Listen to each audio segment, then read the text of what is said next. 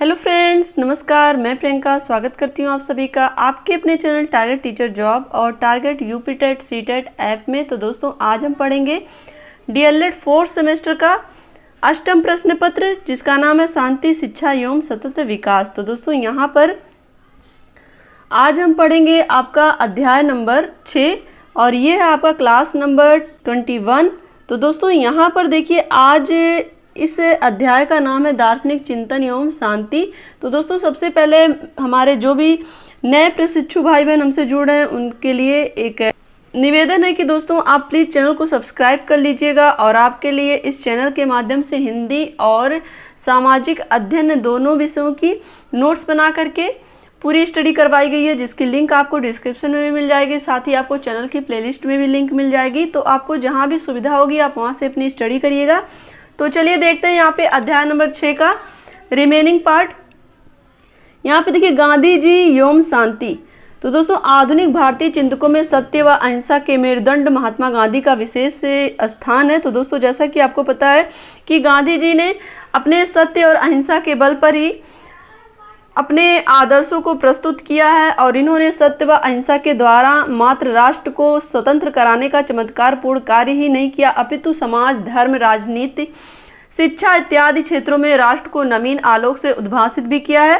राष्ट्र को नवीन चेतना तथा नवीन जीवन प्रदान करने के कारण ही इन्हें राष्ट्रपिता भी कहा जाता है। तो दोस्तों, जैसा कि आपको पता है कि हमारे जो राष्ट्रपिता हैं, इन्होंने अपने देश को स्वतंत्र कराने के लिए कितने ज़्यादा प्रयास किए और कितने ज़्यादा आंदोलन को सफल किया। और दोस्तों, यहाँ पर हम बात करें, हमारे देश में महात्मा गांधी का विशेष प्रभाव है। वे अहिंसा के पुजारी थे तथा विभिन्न मूल्यों के धनी भी थे। तो दोस्तों, यहाँ पे हम बात करें तो गांधी जी हमेशा सत्य पर चलते रहे और साथ ही साथ उन्होंने हमेशा जो भी दलित वर्ग या फिर हम कह सकते हैं अछूतों का साथ दिया। इन्होंने कहा था कि अछूतों की बस्ती में रह लूँगा, उनके संग भले करके मजदूरी खा लूँगा, सो लूँगा सुख से वृक्ष तले।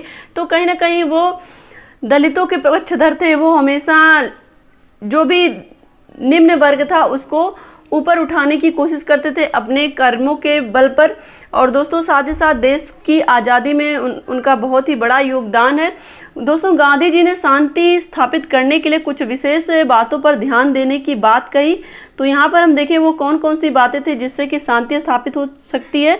तो यहाँ पर देखिए, पहला संयमित आचरण, यानी कि संयमित आचरण का मतलब यहाँ पे ये है कि हमारा जो व्यवहार है वो संयमित हो, वो किसी को दुख पहुँचाने वाला ना हो। या यहाँ पे हम कह सकते हैं कि हमें सादगीपूर्ण जीवन जीने की बात उन्होंने कही। और दूसरा यहाँ पे क्षमाशीलता और तीसरा है यहाँ पे प्रेम। ये सारी चीज़ें तो आपको पता ही है कि क्षमाशीलता के माध्यम से हम कहीं ना कहीं अपने जीवन में उच्चता को प्राप्त करते हैं। लोगों से प्रेम करना, जो कि यहाँ पे एक ईश्वरीय वरदान है कि प्रेम जो है ईश्वर के द्वारा दिया गया वरदान है, जिससे कि हम किसी को भी अपने में पक्ष में कर सकते हैं। यहाँ पे हम कह सकते हैं अपने पक्ष में कर सकते हैं।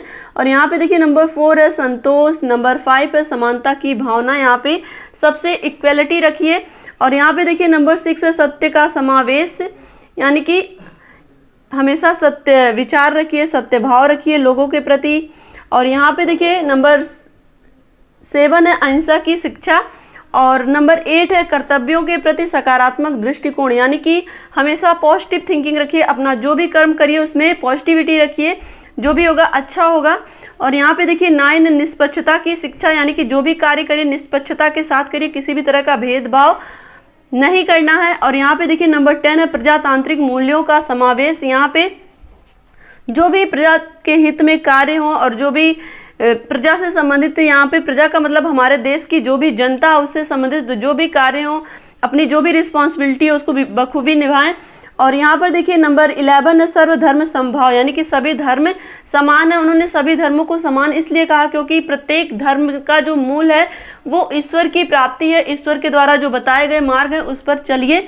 और यहाँ पर देखिए, नंबर 12 है राम राज्य की कल्पना। दोस्तों देखिए, राम राज्य की कल्पना का क्या मतलब, जो हमारे वेद उपनिषद हैं और जो भी उनकी शिक्षाएं हैं, इसके पहले जो हम लोग पढ़ रहे थे, सर्वे भवन्तु सुखिनः सर्वे सन्तु निरामया सर्वे भद्राणि पश्यन्तु मा कश्चित् दुःखभाग्। तो उसमें ये हमने देखा था कि जो पूरे विश्व में जो भी व्यक्ति या मनुष्य हैं वो सुखी हो, निरोगी हो और सबका कल्याण हो, ये सारी जो बातें समाहित थी उसमें, ये कहीं ना कहीं गांधी जी भी इसके पक्षधर थे। वो हमेशा ये चाहते थे कि जिस तरह से राम राज्य में सब लोग सुखी थे, किसी को कोई भी दिक्कत परेशानी नहीं थी, सब कहीं ना कहीं शांत मन से अपने कर्मों को करते थे, उसी तरह से भारत में भी यहाँ पे हम कह सकते हैं जो उस समय गांधी जी जिस तरह का माहौल क्रिएट हो रहा था, क्योंकि दोस्तों उस समय जब गांधी जी थे तो देश में आज़ादी नहीं थी, तो उस समय वो ये चाहते थे कि देश खुशहाल हो और देश परतंत्र ना होकर के स्वतंत्र हो, तो इसलिए उन्होंने राम राज्य की कल्पना की थी। अब दोस्तों यहाँ पर हम देखें अष्टांग योग, ये दोस्तों योग का ही पार्ट है, ये छूट गया था तो इसलिए ये आपके एग्जाम में पूछा भी गया है, तो इसलिए मुझे यहाँ पे इसको मेंशन करना था। तो अष्टांग योग क्या है दोस्तों? योग आंतरिक शांति हेतु अत्यंत महत्वपूर्ण होता है। योग के माध्यम से शरीर निरोगी होता है, व्यक्ति का मानसिक विकास होता है। कहा गया है कि स्वस्थ शरीर में स्वस्थ मस्तिष्क का निवास होता है। तो दोस्तों जैसा कि आपको पता है कि योग के माध्यम से हम अपनी आत्मा को, अपने आत्मज्ञान को प्राप्त कर सकते हैं। यहाँ पे कह सकते हैं हमारी जो आत्म शांति है उस तरह से वो हमें प्राप्त होती है। तो यहाँ पर देखिए योग के माध्यम से हमारा जो शरीर है वो निरोगी बनेगा और साथ ही साथ हमारा जो मानसिक विकास है वो अच्छे ढंग से होगा। तो यहाँ पे देखिए कहा भी गया कि स्वस्थ शरीर में स्वस्थ मस्तिष्क का निवास होता है। तो जब हमारा शरीर स्वस्थ होगा वो कैसे होगा? वो योग के माध्यम से होगा। हमारा मस्तिष्क भी योग के माध्यम से स्वस्थ होगा। तो यहाँ पे योग के निम्न विभाग बताए गए हैं। यहाँ पे देखिए पहला है, ये आपके एग्जाम में पूछता भी है, पहला इसमें यम, दूसरा है नियम, तीसरा है आसन, चौथा है प्राणायाम, पांचवा है प्रत्याहार, छठा है धारणा, सातवां है ध्यान और आठवां है समाधि। तो दोस्तों ये योग के विभाग है, ये अक्सर पूछता भी है। तो दोस्तों यहाँ पर देखिए इन अष्टांगों में यम एवं नियम मुख्य रूप से आचार संबंधी अभ्यास है, यानी कि आचार का मतलब हमारा जो अपना व्यवहार है उससे संबंधित इसमें अभ्यास कराए जाते हैं यम और नियम में। और इसके बाद दो अंग आसन तथा प्राणायाम, इसके बाद जो ये दो तीन है अंग, आसन और प्राणायाम, ये शरीर को भौतिक रूप से योगाभ्यास के योग्य बनाने हेतु तो उपयुक्त है। यानी कि शरीर को किस तरह से हम योग के माध्यम से निरोगी बनाए, स्वस्थ बनाए, इसके बारे में यहाँ पे बात की गई है आसन, अंग और प्राणायाम में। और दोस्तों यहाँ पे देखिए पांचवा है प्रत्याहार, मुख्य रूप से इंद्रिय निग्रह का उपाय, यानी कि इंद्रियों को हम कैसे कंट्रोल कर सकते हैं इसके बारे में बताया गया है। और यहाँ पे देखिए ध्यान, धारणा और समाधि पूर्ण रूप से मानसिक तथा आध्यात्मिक साधनाएं हैं। तो दोस्तों ध्यान किस तरह से किया जाए और किस तरह से चीज़ों को धारण करना है और किस तरह से समाधि यहाँ पे बात की गई है। तो इन सबका जो मेन उद्देश्य क्या था? आध्यात्मिक साधना, यानी कि किस तरह से हम आत्मा को परमात्मा से जोड़ पाए, यहाँ पे इसकी बात की गई है। तो दोस्तों आगे चलिए हम देखते हैं। यहाँ पे देखिए एक टॉपिक और था कि शिक्षा का अर्थ और परिभाषा। तो दोस्तों यहाँ पे देखिए शिक्षा का अर्थ, चूंकि यहाँ पे हम शांति, शिक्षा और सतत विकास के से संबंधित पढ़ रहे हैं, तो यहाँ पे हमें शिक्षा का अर्थ एवं परिभाषा उसी के सापेक्ष पढ़ना पड़ेगा कि जो हमारे गांधी यानी कि जो हमारे राष्ट्रपिता जी थे उनका जो विचार था शिक्षा के प्रति, उन्हीं के दृष्टिकोण से यहाँ पे हम पढ़ेंगे। शिक्षा का अर्थ एवं परिभाषा। गांधी जी शिक्षा द्वारा बालक का सर्वांगीण विकास चाहते थे। सर्वांगीण विकास का तात्पर्य बालक के शारीरिक, मानसिक, आध्यात्मिक, सामाजिक आदि विभिन्न पहलुओं के विकास से है। तो दोस्तों जैसा कि आपको पता है कि गांधी जी ने बेसिक शिक्षा को, यानी कि वर्धा शिक्षा आपने सुना होगा, तो बेसिक शिक्षा में वो जो भी कार्य करना चाहते थे उन्होंने किया भी, और काफ़ी हद तक चूंकि दोस्तों वहाँ पर वो जो भी शिक्षा प्रणाली लागू करना चाहते थे उसमें कुछ गुण भी थे, कुछ दोष भी थे जो उस समय के अकॉर्डिंग थे। तो यहाँ पर हम बात करें तो गांधी जी अपने शिक्षा के, ये जो उनकी शिक्षा का उद्देश्य था वो था जो बालक है उसका सर्वांगीण विकास हो, उसका शारीरिक विकास हो, उसका मानसिक विकास हो, उसका आध्यात्मिक और सामाजिक विकास हो। और शिक्षा का अर्थ स्पष्ट करते हुए उन्होंने लिखा भी था कि शिक्षा से मेरा अभिप्राय बालक तथा प्रौढ़ के शरीर, मन और आत्मा में अंतर्निहित सर्वोत्तम शक्तियों के सर्वांगीण प्रकटीकरण से है, सर्वांगीण विकास यानी कि। तो दोस्तों यहाँ पर देखिए उन्होंने क्या कहा कि शिक्षा से उनका तात्पर्य ये है कि चाहे वो बालक हो या प्रौढ़ हो, उसका शारीरिक विकास हो शिक्षा के माध्यम से, उसका मानसिक विकास हो, और साथ ही साथ उसके जो सर्वोत्तम शक्तियाँ यानी कि उसके अंदर जो भी गुण हैं उनका सर्वांगीण विकास हो, यानी कि उनका पूरी तरह से विकास हो, जिससे कि वो अपने क्षेत्र में आगे बढ़ पाएँ, जो भी उन्हें जिस भी क्षेत्र में जो भी उनकी अपनी क्वालिटी है उसमें वो बेहतर कर पाएँ। यहाँ पे देखिए इस प्रकार गांधी जी ने मनुष्य के शरीर, मन, हृदय और आत्मा का विकास करना चाहते थे। तो दोस्तों इस तरह से गांधी जी जो बालक है उसके शरीर, मन और उसके हृदय और उसकी आत्मा का विकास करना चाहते थे, यानी कि उसका सर्वांगीण विकास करना चाहते थे। इसके लिए उन्होंने 3R यानी कि रीडिंग, राइटिंग और अर्थमेटिक को 3H हैंड, हेड और हार्ट में परिवर्तित करते हुए पढ़ना, लिखना और गणित के स्थान पर हाथ, मस्तिष्क और हृदय के विकास पर अत्यधिक बल दिया। तो दोस्तों यहाँ पर देखिए जो उस समय शिक्षा व्यवस्था थी जिसमें 3R पर ज़्यादा जोर दिया जा रहा था, यानी 3R यानी कि रीडिंग, राइटिंग और अर्थमेटिक्स यानी कि पढ़ना, लिखना और गणित पर उस समय जो ध्यान दिया जा रहा था, उन्होंने उसको चेंज करके 3H यानी कि हैंड, हेड और हार्ट। हैंड का मतलब यहाँ पे स्किलफुल होने से है, जहाँ पे जो छात्र हैं उनके अंदर किसी भी कार्य को लेकर के निपुणता है, जिससे कि वो हस्तशिल्प के माध्यम से अपने जीविकोपार्जन कर सके।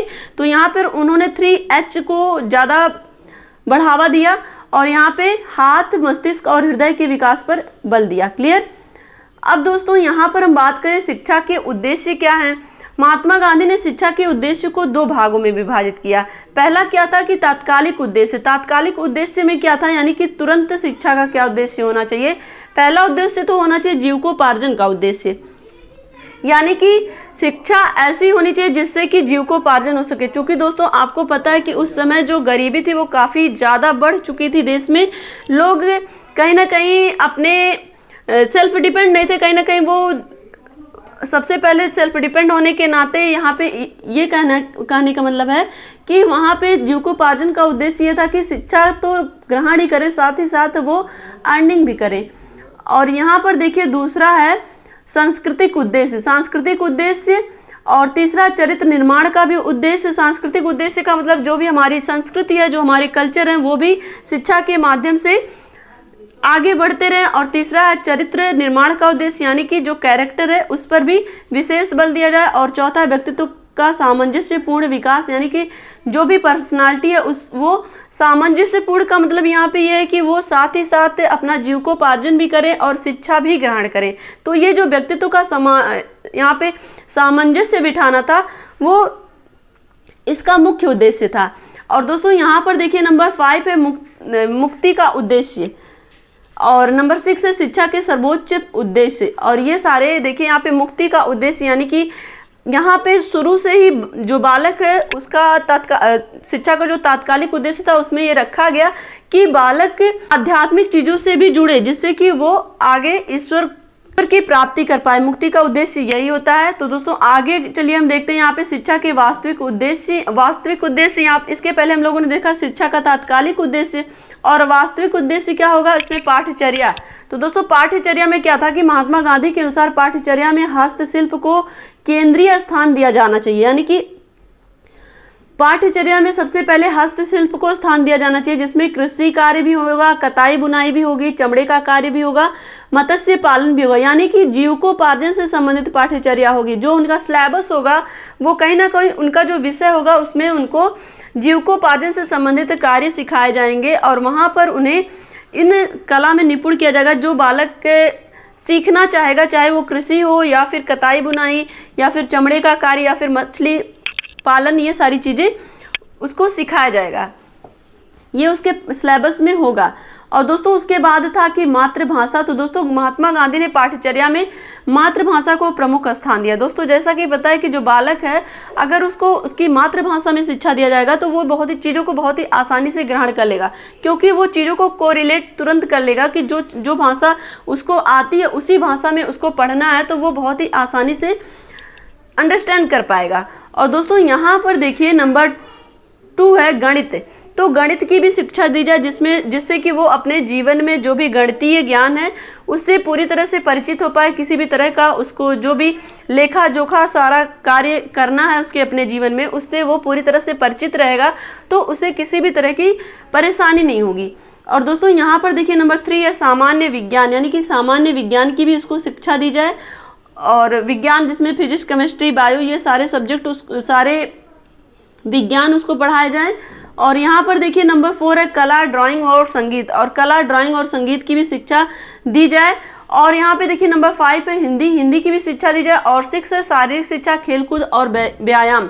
तो दोस्तों शारीरिक शिक्षा, खेलकूद और व्यायाम से भी जो छात्र हैं उनका शारीरिक विकास, मानसिक विकास और सर्वांगीण विकास होगा। और इससे कहीं ना कहीं इसको पाठ्यक्रम में रखने का मेन मोटो यही था कि जिससे कि बालक में, यहाँ पे हम कह सकते हैं, उसका शारीरिक विकास हो और मानसिक विकास हो और सामाजिक विकास भी होगा। क्योंकि दोस्तों जो बालक होंगे वो कहीं ना कहीं जब भी कोई भी खेल खेलेंगे तो वो एक ग्रुप में खेलेंगे और उस ग्रुप में उनके साथ कहीं ना कहीं उनके सहपाठी होंगे, जिससे कि उनका अपना तालमेल बैठेगा और वो धीरे धीरे सामाजिकता सीखेंगे।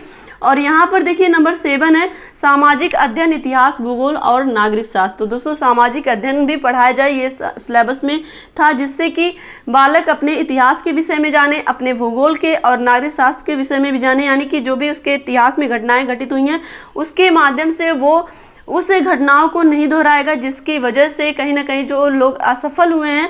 यानी कि इतिहास हमें क्या सिखाता है, इतिहास हमें सिखाता है कि जो भी घटनाएं घटित हुई हैं अगर वो सफल हैं तो कहीं ना कहीं वो हमें सीख दे रही हैं, अगर उस घटना की वजह से असफलता मिली है तो वो हमें उस घटना को ना दोहराने की बात कर रही हैं। और भूगोल यानी कि हमारा जो भौगोलिक क्षेत्र है जहां हम रहते हैं, या पूरा पृथ्वी का भौगोलिक क्षेत्र, यहाँ पे हम बात कर लें पूरे पृथ्वी की बनावट किस तरह से है, या फिर जो पृथ्वी है उस पर किस तरह के, कहाँ पे कौन सा देश स्थित है, इसके बारे में छात्रों को जानकारी दी जाए। साथ ही यहाँ पे नागरिक शास्त्र यानी कि कुशल नागरिक या फिर एक अच्छे नागरिक की ये पहचान होनी चाहिए कि उसको अपने जो भी अधिकार हैं, जो भी कर्तव्य है उसके बारे में उसको ज्ञान होगा, उसके जो भी सरकार से संबंधित या फिर जो भी नियम कानून व्यवस्था उसके विषय में उसको जानकारी मिलेगी नागरिक शास्त्र के माध्यम से। तो इस तरह से दोस्तों यहाँ पर हमने देखा कि गांधी जी ने जो भी शिक्षा व्यवस्था लागू की थी उसमें किस तरह से तात्कालिक का उद्देश्य भी थे और साथ ही यहाँ पे वास्तविक उद्देश्य भी थे। तो दोस्तों आज के इस वीडियो में बस इतना ही है दोस्तों। आपका अध्याय नंबर 6 समाप्त होता है और नेक्स्ट वीडियो में हम लोग पढ़ेंगे अध्याय नंबर 7। तो दोस्तों वीडियो को लाइक करिएगा, अपने दोस्तों के साथ शेयर करिएगा और अगर आप चैनल पे नए हैं तो प्लीज़ चैनल को सब्सक्राइब जरूर कर लीजिएगा। मिलते हैं नेक्स्ट वीडियो में। अपना ध्यान रखिए, अपनों का ध्यान रखिए, अपने आसपास सफाई रखिए। हमसे जुड़ने के लिए बहुत बहुत धन्यवाद। Take care, bye bye, love you all, जय हिंद।